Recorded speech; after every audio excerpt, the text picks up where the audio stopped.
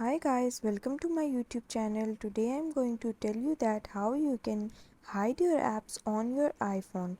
So the process is very easy. You just have to follow me step by step. Let's get started without wasting any time. Please watch the video till the end so you don't miss out on any step. First of all, you have to click this settings icon on your screen. After that, you have to click this screen time option, and then you have to click content and privacy restrictions.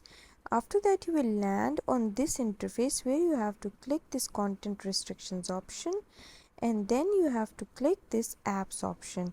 Now you can see that it is clicked allow all. That means all of my apps are visible.